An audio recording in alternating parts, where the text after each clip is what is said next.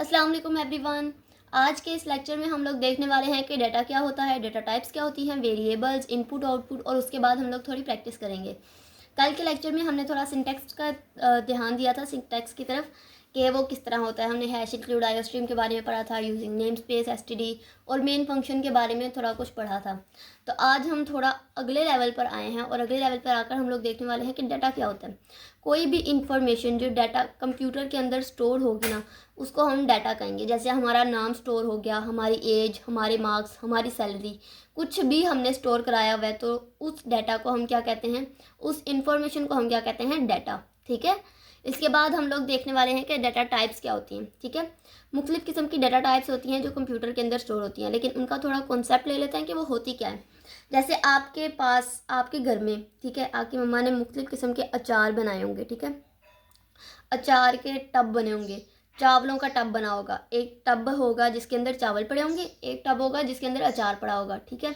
ये देखिए, ये अचार का टब और ये चावलों का टब। तो अब क्या, आप मुझे ये बताइए, क्या आप अचार वाले टब के अंदर चावल डाल सकते हो या चावल रख सकते हो? नहीं रख सकते ना। क्यों? क्योंकि वो लिक्विड फॉर्म में है, वो गीला हो जाएगा, वो ख़राब हो जाएगा।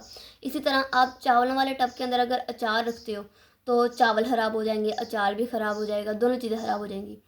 क्या मतलब हुआ कि हमने अलग अलग टब बनाए हुए हैं कि इस टब, एक स्पेसिफिक टब है, उसका नाम क्या है, राइस वाला टब। एक दूसरा टब है, उसका नाम क्या है, अचार वाला टब। ठीक है। इसी तरह कंप्यूटर के अंदर अलग अलग टब बने होते हैं। ठीक है। जिसके अंदर वो अलग अलग डाटा स्टोर करता है। लाइक हम लोग देख लेते हैं कि एक टब होता है जिसके अंदर, एक टब होता है इंटीजर वाला। ठीक है।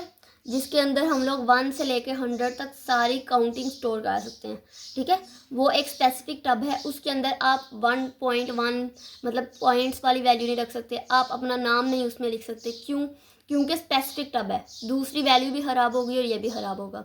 जैसे अभी हमने चावलों की और राइस की एग्जांपल ली। इसी तरह फ्लोट है, आता है कि हम पॉइंट्स में वैल्यू स्टोर करते हैं इसके अंदर, 3.24, 1.1, 2.1, जैसे हम लोग मैथ में करते होते थे। ठीक है। करेक्टर होता है, जिस स्ट्रिंग होता है जिसके अंदर हम अपना पूरा नाम लिख सकते हैं। अगर मुझे अपना नाम लिखना हो, अपना नाम स्टोर करना हो, ईमान, तो मैं उससे पहले क्या लिखूँगी, स्ट्रिंग ईमान। क्यों? क्योंकि मुझे स्ट्रिंग के अंदर अपना नाम स्टोर कराना है। फिर इसके बाद अगर हम लोग देखें कि अगर हमने सिर्फ उस ईमान के अंदर से ई स्टोर कराना है तो करैक्टर के अंदर स्टोर कराएंगे, अगर एम स्टोर कराना है तो करैक्टर के अंदर स्टोर कराएंगे। इस तरह के मुख्तलिफ किस्म के टब्स बने हुए हैं। ठीक है। इन टब के अंदर, इन जो टब है, इन टब के अंदर हम लोग अपनी वैल्यू स्टोर कराते हैं। अब जैसे हमने देखा कि टब तो हैं ये सारे, ठीक है, अब इनके नाम भी हैं, लेकिन जैसे चावलों वाला टब है, ठीक है, अचार वाला टब है, तो क्या टब है लेकिन उनका नाम क्या है, चावलों वाला टब। उसके अंदर क्या पड़े हुए हैं, चावल पड़े हुए हैं।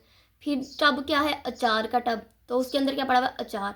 तो इसी तरह डाटा टाइप तो हमने देख ली कि अगर काउंटिंग स्टोर करानी है तो इंट के अंदर स्टोर करानी है 1 से लेके 100 तक, लेकिन उस इंट का नाम क्या है, वो नाम इस वेरिएबल को कहते हैं। ठीक है। लाइक देखिए, इंट एज इक्वल टू 20। क्या अब हो गया कि एक टब है जिसका नाम क्या है, एज। ठीक है। एज का टब है और उसके अंदर वैल्यू कितनी स्टोर है, 20। यानी हम लोग देख रहे हैं कि एक कंप्यूटर के अंदर हमने एक स्पेसिफिक टब बना दिया जिसके ऊपर ना टैग क्या लगा दिया, एज का टैग है। ठीक है। अब एज को हम पूरे प्रोग्राम के अंदर जहाँ पर भी कॉल करेंगे ना कि एज को लेकर आओ, वो पकड़ेगा, एज वाले टब को खोलेगा, उसके अंदर से 20 निकालेगा और हमें दे देगा। ठीक है। आई होप आप लोगों को बात समझ आ गई हो कि हम ये कैसे लिखेंगे। सबसे पहले हम डाटा टाइप लिखेंगे इंट, फिर उसके बाद हम वेरिएबल लिखेंगे, उस टब का नाम यानी एज, और फिर वैल्यू लिखेंगे 20। इसी तरह अगर हमें अपना नाम स्टोर कराना हो तो हम यहाँ पे क्या लिखेंगे, स्ट्रिंग, फिर वेरिएबल का नाम क्या लिखेंगे, ईमान। ठीक है। और इक्वल टू, और वेरिएबल का नाम क्या लिखेंगे, नेम, क्या, नाम का टब है और नाम क्या है उसके अंदर, ईमान। ठीक है। इक्वल टू ईमान, डबल कोर्स के अंदर। इसके बाद हम लोग देखते हैं कि वेरिएबल नेमिंग रूल्स होते हैं कुछ। ठीक है। वेरिएबल नेमिंग रूल्स क्या होते हैं कि हम लोग अपना नाम, लाइक अगर मैंने अपना नाम स्टोर कराना है तो मैं क्या करूँगी, string name equal to Iman. मैं ये नहीं करूँगी string my name equal to Iman, my age equal to 20। My के दरमियान में स्पेस नहीं डालूँगी, स्पेस डालूँगी तो ये एक अलग वेरिएबल बन जाएगा और ये एक अलग वेरिएबल बन जाएगा, जो कि फिर इन दोनों के लिए अलग अलग वैल्यू देनी पड़ेगी। टू एज नहीं कर सकते। टू एज का क्या मतलब, कोई मतलब नहीं बन रहा। मीनिंगफुल नेम्स रखें, ये देखें मीनिंगफुल नेम्स रखें। आप कैमल स्पेस होती है हमारे पास, उसको अभी आप छोड़ दें। आप जो है स्टूडेंट एज इस तरह करके लिख सकते हैं कि जब नेक्स्ट आपने कोई नाम लिखना हो तो उसका जो अल्फ़ाबेट है ना वो कैपिटल लेटर में कर दें, ठीक है। इस तरह मार्क्स हो गए, फिर नेम हो गया। अगर माई एज लिखनी है तो इनके दरमियान से स्पेस ख़त्म करके सिर्फ माई एज लिख दें। इस तरह का काम होगा, ठीक है। इसके बाद हम लोग थोड़ा सा इसको प्रैक्टिकल वर्किंग में करते हैं, ठीक है, कि ये मैं आखिर बोल क्या रही हूँ।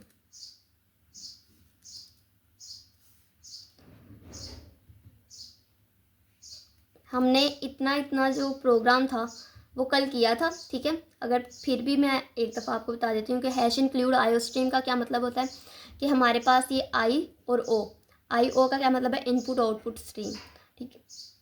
तो इस इनपुट आउटपुट की जो फाइल है, ठीक है, एक अलग फाइल बनी हुई है, इसको इंक्लूड कर दो इस प्रोग्राम में, ठीक है। इस फाइल के अंदर सारा डाटा पड़ा हुआ है कि जो हम सी इन और सी आउट यूज़ करते हैं ना, आउटपुट वगैरह, वो हम लोग इसीलिए यूज़ कर पा रहे हैं क्योंकि इस फाइल के अंदर उसकी सारी प्रोग्रामिंग पड़ी हुई है।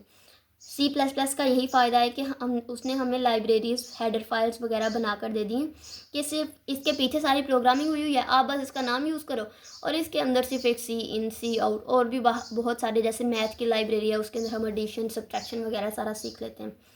तो उसने क्या कहा कि इस जो प्रोग्राम है, इस प्रोग्राम के अंदर इस फाइल को इंक्लूड करो और यूजिंग नेम स्पेस std जो है ना, ये हम इसलिए यूज़ करते हैं कि इस जो ये वाली फाइल है इसके अंदर से जो डाटा फैच करता है, ये यूजिंग नेम स्पेस std इस डाटा के इसके अंदर से डाटा फैच करेगा, डाटा निकालेगा और मेन फंक्शन में ला के दे देगा कि लो भाई इसको यूज़ करो। कल हमने पढ़ा था सी आउट, ठीक है, उसको एक दफ़ा दोबारा कॉल कर लेते हैं ताकि रिविजन हो जाए। COUT सी आउट, ठीक है। सी आउट क्या कर रहे हैं, हेयर इज माई प्रोग्राम, और लास्ट पे सेमीकोलन। एग्जीक्यूट करेंगे,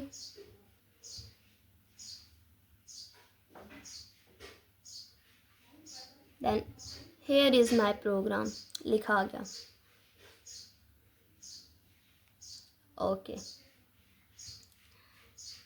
तो अब हम लोग देखने वाले हैं कि हम लोग जो डाटा टाइप्स वगैरह पढ़े हैं वो कैसे करेंगे। देखिए जैसे मैंने क्या था, इंट एज इक्वल टू 30 चले और सेमीकोलन लगा दिया, ठीक है। अब मैं क्या कहूँगी, प्रिंट करो इस एज को, सी आउट खाली। अब देखिए मैंने अपने प्रोग्राम के अंदर एज कॉल कर दी, जैसे मैंने भी पहले बताया, आप वीडियो पीछे करके भी देख सकते हैं कि मैंने पहले बताया था कि अब हम इस नाम को जहाँ मर्जी यूज़ करेंगे, वो इस टब के अंदर जाएगा और इस टब के अंदर जो वैल्यू पड़ी होगी उसको पकड़ के निकाल के दे देगा हमें, ठीक है। अब सी आउट एज हमने बोल दिया इसको, अब वो क्या करेगा,